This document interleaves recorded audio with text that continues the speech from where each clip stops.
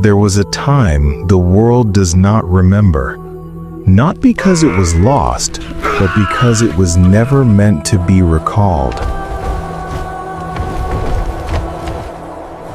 Long before the waters rose to cleanse the earth, before empires claimed dominion, before stone carried the memory of names, creation existed in its purest form, untouched, unbroken, and whole. In those earliest moments, the boundary between heaven and earth was not a wall, but a line, and some chose to cross it. They were not driven by command nor by purpose, but by something far more dangerous: desire.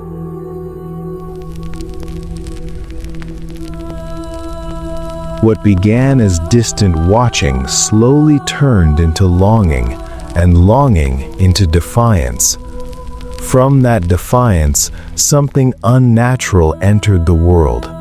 Not fully of heaven, not fully of earth, but something in between.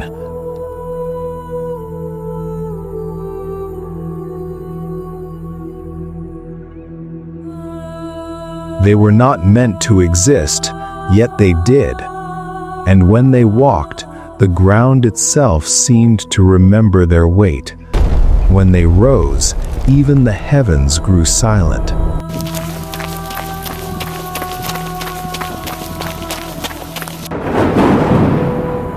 They would come to be known by a name spoken in whispers: the Nephilim.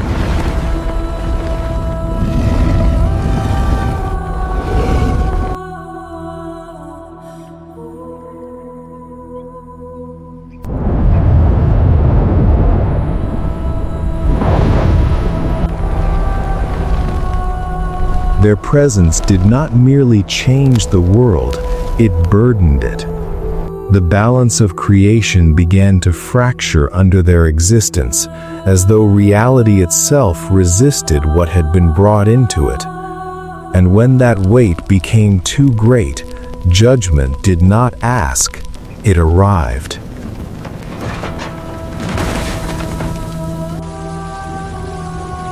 This is not a story of kings or kingdoms. This is not a story written by men. This is a story from before memory, before history had a voice. This is the beginning of the end.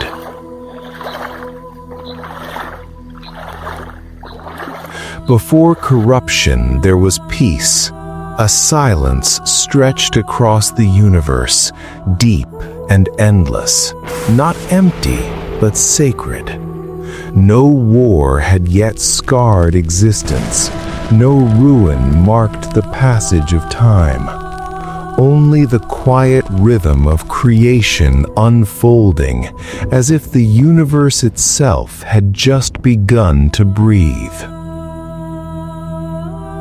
Light slowly emerged from the depths of darkness, threading through the void like streams of gold. Stars awakened one by one, watching, waiting. And beneath them the earth stood new, untouched and radiant, wrapped in oceans that shimmered and mountains that had never known time. Then a voice moved across all things, not seen, but felt. Vast, powerful, yet filled with a calm that shaped existence itself. Let life rise from the earth, and let man walk within it.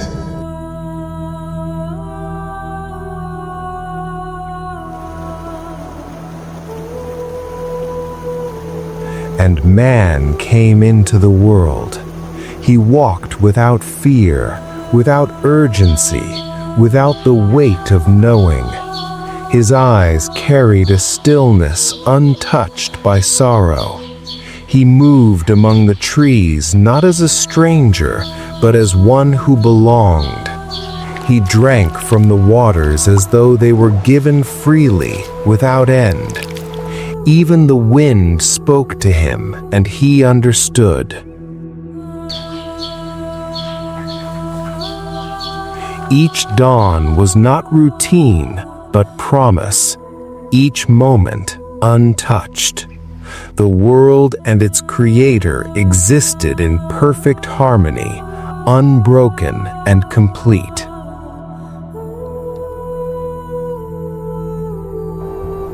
But far above, beyond the reach of the skies, in realms where light bends under the weight of glory, something shifted.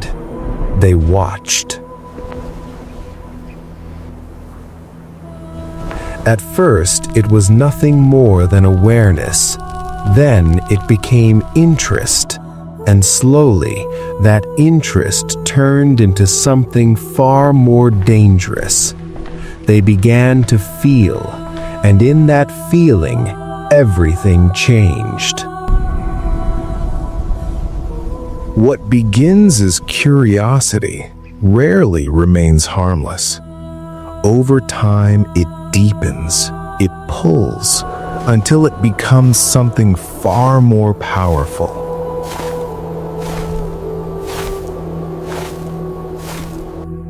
Among them stood a leader, Semjaza, honored among the Watchers, revered for his wisdom, yet carrying within him a growing unrest he could no longer silence.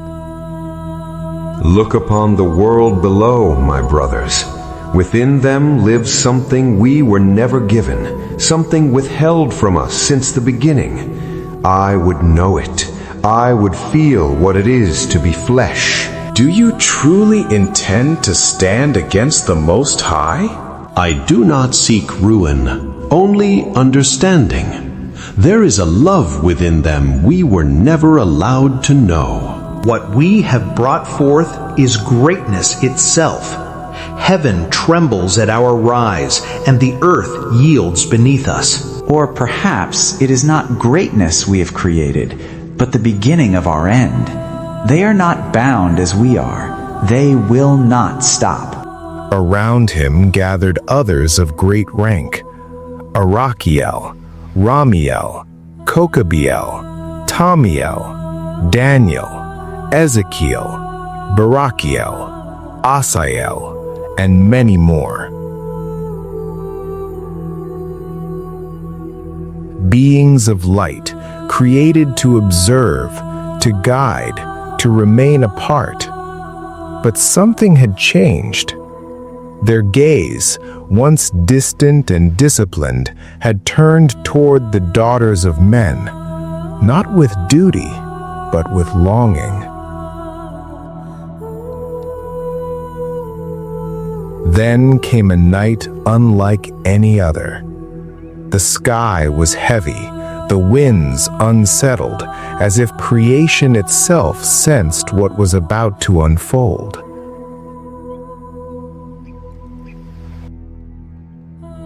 Upon the heights of Mount Hermon, 200 of them assembled, drawn together by a decision that could not be undone. The moon hung above them, pale and unyielding, casting its light over faces torn between loyalty and desire.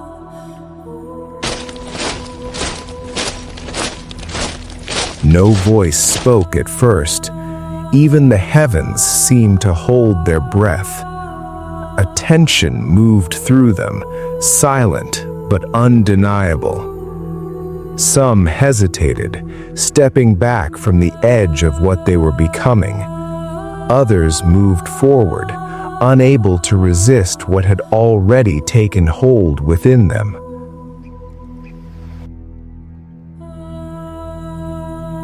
Asael stepped into the center. There was a fire in his gaze, ancient and unyielding, as though he had already chosen his path long before this moment. Silence returned, heavier than before. Then, without command, they joined hands, forming a circle beneath the cold gaze of the night sky. What they spoke next bound them together, not by duty, but by choice.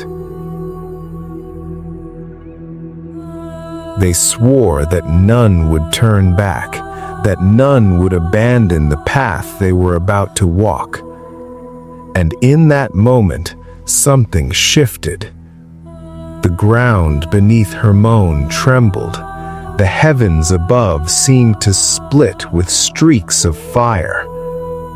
They fell, not as shadows, but as living bolts of light, tearing through the sky.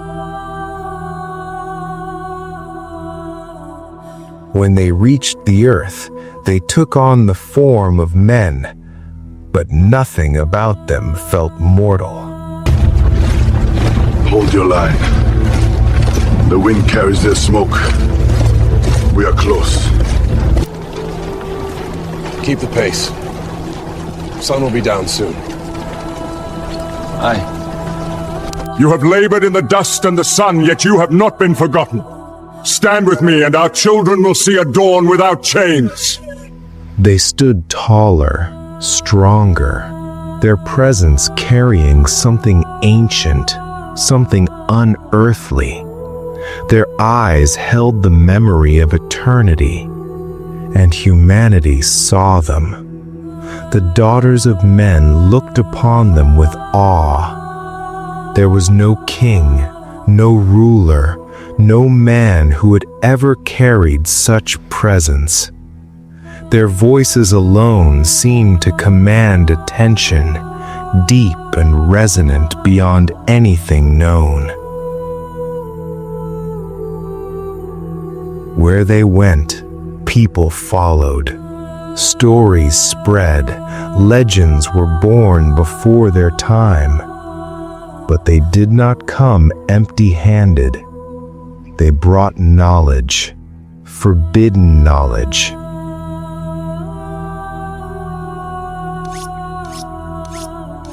They revealed how to shape iron into weapons that gleamed like captured sunlight.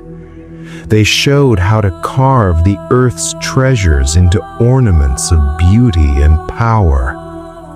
They mapped the heavens, tracing the movement of stars into patterns men could follow.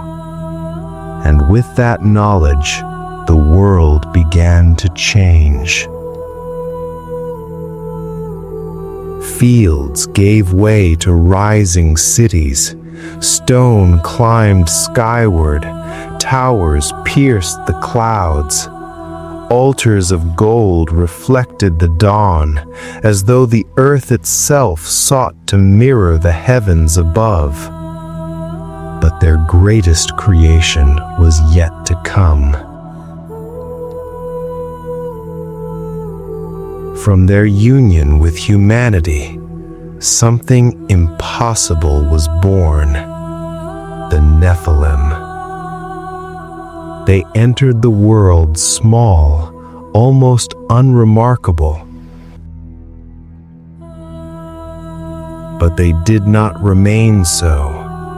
They grew rapidly, as though driven by something beyond nature itself. There was something different in them. Their eyes carried an unfamiliar light. Their presence disturbed the very ground they walked upon. And it did not take long. They became giants. With their growth came a weight the world had never known.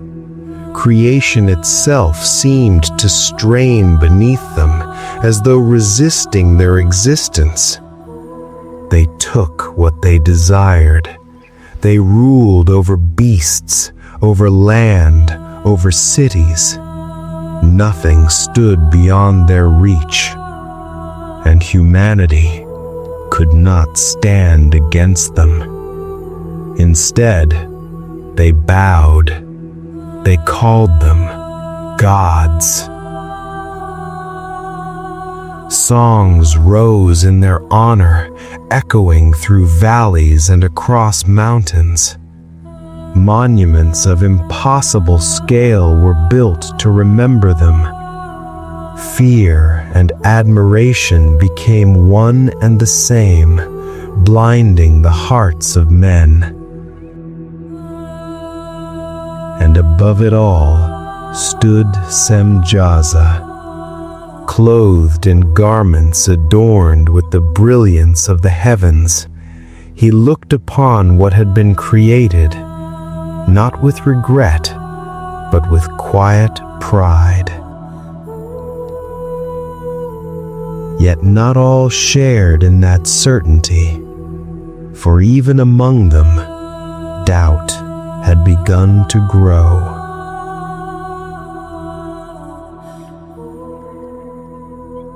Asael's warning did not go unheard, but it came too late.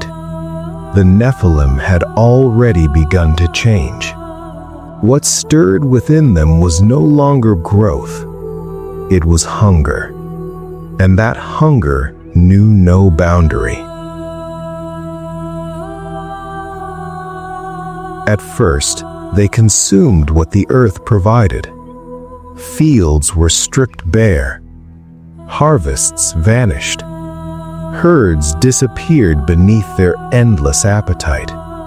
But the earth could not keep pace with what they had become. And when nothing was left to take, they turned to those who once honored them. The same hands that had lifted them in worship now trembled in fear. Cities that once gleamed with life fell into darkness. Laughter faded. The voices of children were drowned beneath the sound of destruction, of stone breaking, of footsteps that shook the ground like distant storms. Blood marked the land. It flowed through valleys, staining the earth like shadows that would not fade. The mountains carried the echoes of suffering, cries so deep even the wind could not carry them away. What was once alive with beauty began to decay. The scent of blooming life gave way to something colder, heavier, the unmistakable presence of death. And above it all, the heavens began to change. Slowly, almost unnoticed at first, their brilliance dimmed, as though something ancient had begun to move beyond sight, passing through the unseen paths of the sky. The stars flickered, the clouds gathered, not as passing weather, but as walls closing in. Then came the sound, a thunder unlike any storm, not random, not natural, but deliberate, a call, a signal. A beam of light broke through the heavens, cutting through the darkness and descending upon Mount Hermon, the place where everything had begun. For a moment, the world stilled, the wind stopped, the waters calmed, even the giants paused, and then it came, a voice, not raised in anger, but spoken with finality, not a warning, but a sentence already decided. The earth groans beneath the weight of what you have become. The spirit of man was not made to endure this forever. Semjaza felt it before he understood it. He lifted his gaze toward the heavens, and for the first time since his fall, he saw what remained of what he once was. Not glory, not power, but something fading, like dying embers struggling to hold their light. There was no comfort in it, only realization. What had been done could not be undone, and the wind that followed carried something new, not sound, not sight, but certainty. Judgment was no longer distant. It had already begun. In the days that followed, the world became divided against itself. Beauty and ruin existed side by side, like reflections in a shattered mirror. Cities rose higher than ever before, filled with wonder and design. But beneath them stretched shadows that told a different story. The Nephilim continued to grow, larger, stronger, beyond anything the world could contain. Their forms became overwhelming, their presence impossible to ignore. Their armor shimmered like storms bound to flesh. Their eyes burned with something unnatural, something that no longer resembled either man or angel. When they spoke, the earth seemed to listen. Their voices rolled like thunder across mountains and valleys alike, and humanity could only tremble. Each step they took reshaped the land. Hills broke apart. Walls collapsed. Rivers bent and changed course as though fleeing from their path. Entire nations fell before them, not through battle, but through surrender. Gold was offered, livestock given, even human lives placed at their feet. Kings abandoned their thrones. Priests raised their voices, not in truth, but in desperation, offering worship that blurred the line between devotion and fear. And slowly, that line disappeared altogether. What was once reverence became survival. Humanity no longer lived freely. It endured, beneath the shadow of something it could neither control nor escape. And still, the Watchers continued. Blinded by what they had created, they gave more, taught more, revealed what was never meant to be known. Azazel led them further. He showed them how to master the elements, to shape metal, to command fire. Forges burned endlessly, lighting the darkness like captured suns. Sparks filled the night skies as new creations took form. Weapons were born, blades that cut deeper than before, shields that turned aside death, spears that carried destruction farther than the human hand had ever known. And with these tools came something the world had never seen before. Not chaos, but design. Not violence, but system. War, as something learned, cold, calculated, and unstoppable. What the Watchers revealed did not remain contained for long. It spread, quietly at first, then all at once. Knowledge that once belonged to hidden realms began to take root among mankind. Secrets of nature, of stars, of unseen forces, all passed into human hands. Those who learned were changed by it. Ancient practices resurfaced. Symbols were carved into stone, not merely as decoration, but as gateways of meaning. Black walls and towering structures bore markings that echoed with forgotten power. What began as wisdom soon became influence, and influence turned into ambition. Men no longer sought only to live. They sought to rise above one another.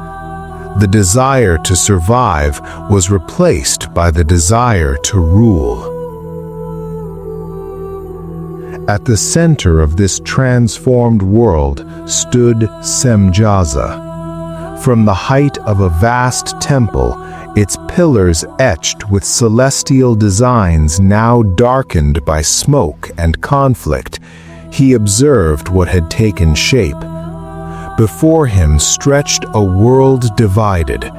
Cities gleamed with unnatural advancement, while the lands between them lay broken and scarred. What once was harmony had become contrast, growth shadowed by decay.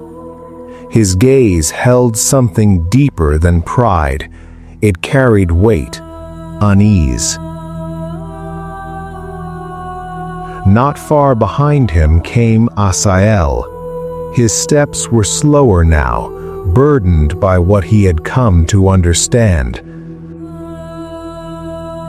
Below them, the world continued to unravel. The Nephilim moved through the chaos not as observers, but as participants in it. They gathered in the midst of rising disorder, indulging in excess as destruction spread around them. What should have been sacred had been twisted into spectacle. Altars stood stained. Offerings were no longer symbolic, they were real, and they demanded life. Voices rose in chants that no longer resembled devotion, but distortion. The horizon burned beneath a sky deepened into shades of crimson. Monuments rose everywhere, massive beyond natural design. Their surfaces were marked with patterns that resembled the stars, yet distorted, as if the heavens themselves had been rewritten.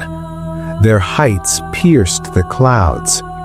At their peaks, flames burned continuously, lighting the night with an artificial brilliance, stars that were not born, but made. Among the Nephilim, one figure stood apart, Og. His presence alone seemed to define scale. His form resembled something carved from the endurance of stone itself, massive, scarred, unyielding. The marks upon him told of conflict, of survival, of countless encounters that had shaped his dominance. His gaze carried intensity, like the final light of the sun before it disappears beyond the horizon. He was clothed in the remains of beasts long fallen, and upon his head rested a crown forged not from purity, but from remnants of conquest, bone, metal, and force combined into a symbol of authority. When he spoke, his voice did not travel, it spread. It filled the space around him like rolling thunder echoing through valleys. The response from those beneath him was immediate. Weapons struck the ground, voices rose. the air filled with raw energy, celebration mixed with violence, admiration mixed with fear. Some of the watchers remained still, watching in silence. Within them, something had begun to fracture. Pride lingered, but so did regret. Others could no longer look upon what had been created. Their attention drifted away, as if turning their gaze might somehow undo what had already taken form. What stood before them was no longer just creation, it was consequence. An empire built upon knowledge, power, and defiance, now carried forward by its own momentum, unable to stop itself. Time moved on, quietly, inevitably, and with it, the nature of the Nephilim continued to change. Their appetite expanded beyond limits, consuming without restraint. At first, the herds disappeared. Animals once abundant were no longer seen. Then the crops failed to survive long enough to be harvested. Fields that once sustained life were emptied, stripped bare. Forests fell next. Towering trees were broken and reduced to fragments beneath overwhelming force, as though the land itself was being reshaped by something too large to resist. And when the earth could no longer provide, they turned upon mankind. Villages that once thrived were reduced to ash. Structures collapsed, carried away by winds that scattered the remains across empty ground. The valleys filled with what once flowed within life.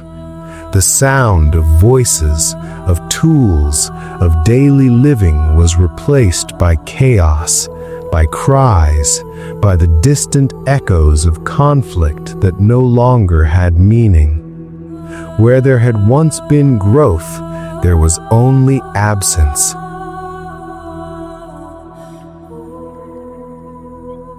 Women stood before ruined altars, holding fragments of broken idols, symbols that no longer carried hope, no longer offered answers. Their grief was silent but deep.